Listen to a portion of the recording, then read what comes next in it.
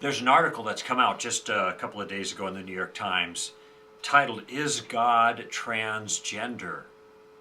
And it was written by Mark Samethog, I hope I'm pronouncing the name correctly, who apparently is a rabbi and is giving his informed opinion on this issue based on his understanding of the Hebrew in the Bible. Now, to me, this is another one of those fairly silly issues, and that's not meant to be inappropriately condescending, but to be descriptive, that shouldn't throw anyone for a loop, but apparently it's receiving quite a bit of attention in the press and in the blogosphere that we figured maybe taking an opportunity to respond to it would be a good idea.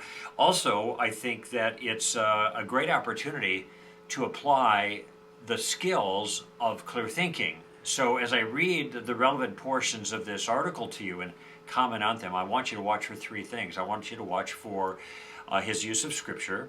I want you to watch for loaded rhetorical words. That is words that are used for the rhetorical power and not for their substance. And finally, I want you to watch for the argument. Does his argument seem to make sense? All right.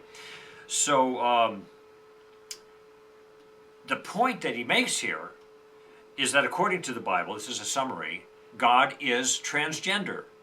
Okay, that's one claim. And then what follows from that, he seems to claim, is therefore human gender is not binary, a simple male and female, but it is also, as he called it, infinitely flexible. So there's his argument. Let's see if he sustains it. By the way, just think about this for a moment. Is that actually good thinking in itself? If it turns out that God is transgender, does it follow that human sexuality and gender is infinitely flexible? No, the question isn't about what God is like. The real question is how he made man. That's the issue. In any event, I think this is a troubling article because it is written by a cleric, a person of the cloth, a rabbi, which gives him a certain gravitas in the discussion, a certain sense of authority, and he is bemoaning what he calls, quote, religious arguments used to defend social prejudice. So, just as an aside before I read the text, have you ever noticed how for some crowds, God doesn't matter unless God is agreeing with them? Now, I'm not saying that's true of the rabbi, but it seems to be true of the crowd that he is writing to, which is the progressive secularists. There's a whole agenda there. He's writing to them to affirm them. This is a crowd that doesn't care about God unless it happens to serve their purpose. Just an aside there. So let's see what he says. This month, a transgender high school student in Virginia lost the right to use the restroom of his choice when the Supreme Court temporarily blocked a lower court's order. Okay, let's just stop for a moment. He lost the right to use the restroom of his choice. There is no right to use the restroom of one's choice. No one has ever had that right, and no one has ever expected to have that right. Bathrooms were designed, if you walk in them, you can see, for the different type of physical function that males and females have in doing the job they usually do in the bathroom. It hasn't been up for grabs, an open question, and now somehow somebody is being denied that. He continues, still, for the first time, it is possible to imagine a ruling from a fully seated Supreme Court to comprehensively outlaw discrimination against transgender people, right? So are the things that most common sense folk asking for in these lawsuits, that is, boys go in boys' bathrooms and girls go in girls' bathrooms, and here they're talking about anatomy. Is that a discrimination? Well, the answer to that is yes. It is a discrimination, but discrimination has come to be kind of a dirty word, so all you have to do is raise the word and you win. But let's face it, it is a discrimination. We are discriminating, making a discriminating choice between two body types, and the propriety of mixing those in bathroom functions or shower functions, because that's all part of it. And what I want you to see is that everyone is discriminating. Everyone discriminates. Either we discriminate by saying no to a male using a female bathroom, or if we allow that, then we discriminate against the proper expectation of privacy of the vast majority of human beings who are mortified by the thought of having to share bathrooms with a member of the opposite sex, regardless of what their gender identity happens to be. So everybody discriminates. That word is being used here for its rhetorical effect, but both sides are discriminating. The question is, which is the most reasonable discrimination to be making? One that isolates the vast majority and helps, say, a small sliver of the population, or one that really protects the privacy and security of the masses in general. So everybody discriminates.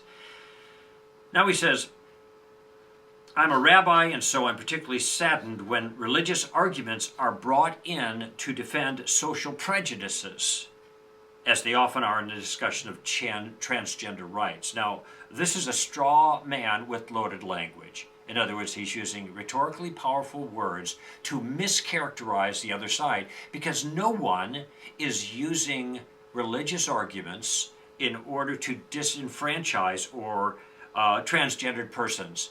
They are using common sense arguments about privacy and security. That's what's being put forward. This is being mischaracterized. I hope you caught that.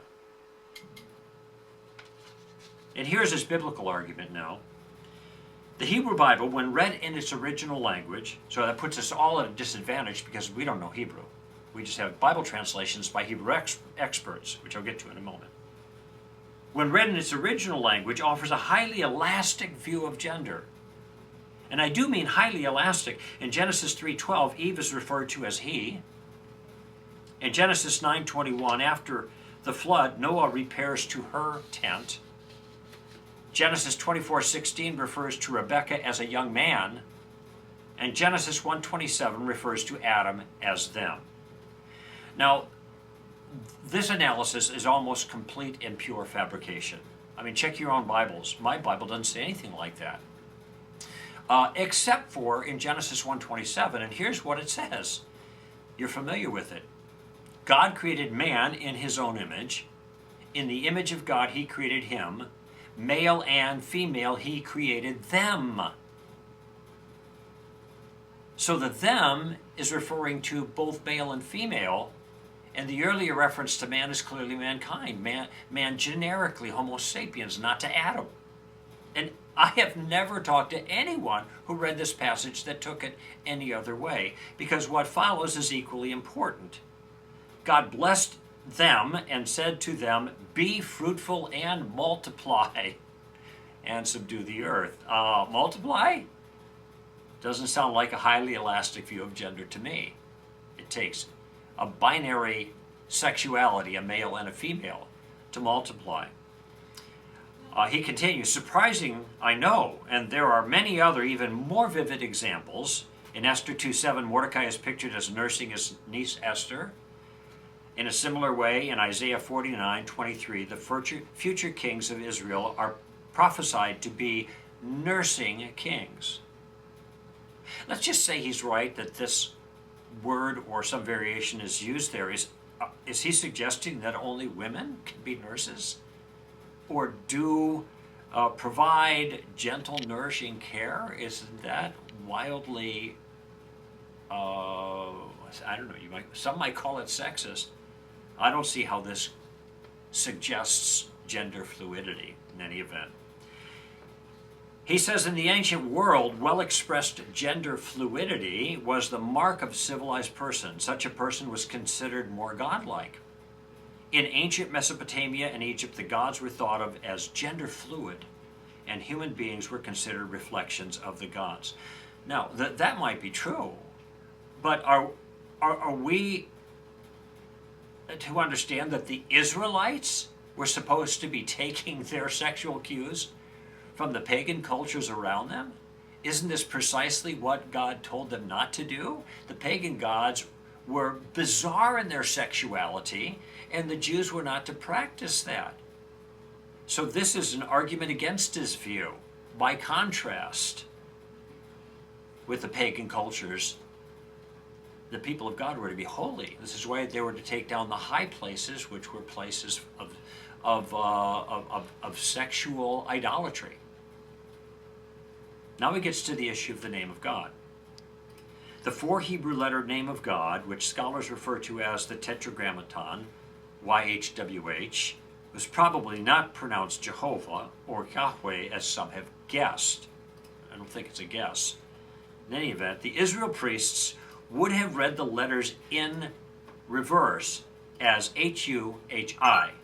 In other words, the hidden name of God was Hebrew for he, she. Now, I'm just telling you, I did a little work on this. There is absolutely no evidence that God's name was meant to be pronounced backwards to get its true meaning. That is pure fabrication. And in fact, in the 6,000 times that the Hebrew word Yahweh is used, it is never used with feminine adjectives or pronouns. All right? He writes, counter to everything we grew up believing, the God of Israel was understood by its earliest worshippers to be a dual-gendered deity. Now, on that line, you might ask yourself, how is it that all of us missed this for 3,000 years if that were really the case? Now, right in the middle of a gender war, a rabbi is telling us that we've mistaken the Hebrew for all this time. God was not dual gender. He was genderless. He had no gender. Now, to be fair, this is a half-truth. That is, that God sometimes is depicted as having characteristics of a woman emotionally and sometimes as a man, okay? That is, the full image of God in human beings is captured by both sexes. However, God never refers to himself in a gender-fluid way. He is a father, not a mother. He calls himself the husband, not the bride. He calls himself the king, not the queen, every single time.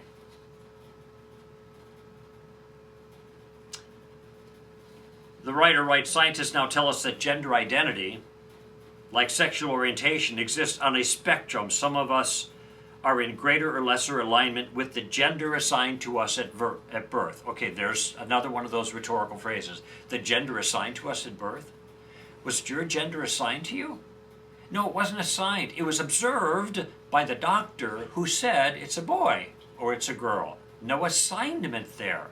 It's loaded language. It's a distortion of the facts. However, taking our cues from science has some value. That just tells us what's the case. And it turns out there is a spectrum. You're always going to get a spectrum deviating from the ideal that God intended when you have a fallen world. Of course there's a spectrum, but science can identify the spectrum. It can't tell you what's right or wrong. And the implication here is that science is making a moral statement here when it says there's a spectrum. Okay? Science isn't capable of making moral statements, only of descriptions of the way things are, not prescriptions of the way things ought to be. So there is another misstep. God is the one who tells us the way things ought to be. And he closes here. Behind the unfolding legal drama lies the reality of human nature. This is the reality of human nature now, in case you didn't know. The fact that gender is not, nor has it ever been, a matter of either or. Gender is more like music. Each of us has a key and a range with which we are most comfortable. Attuned to ourselves and to one another, we can find happiness and harmony. Well, it's a very sweet ending. But his point of view is obviously false. It is not the case that the reality of human nature is that there is not an either or when it comes to gender. People have all kinds of twisted notions about things, but look at their bodies and it's quite straightforward in virtually every case. And since the rabbi brought up the Bible, I think it's clear to most that God made them male and female and told them to multiply and subdue the earth. Now, should we be compassionate to all? Of course we should be compassionate to all, but that is not what this article is all about. This article is about, and I'm quoting again, the right to use the restroom of our choice. And this is transgender activism, pure and simple. It is not biblical exegesis in a sound way. In fact, if somebody wants to quote the Bible, how about the golden rule?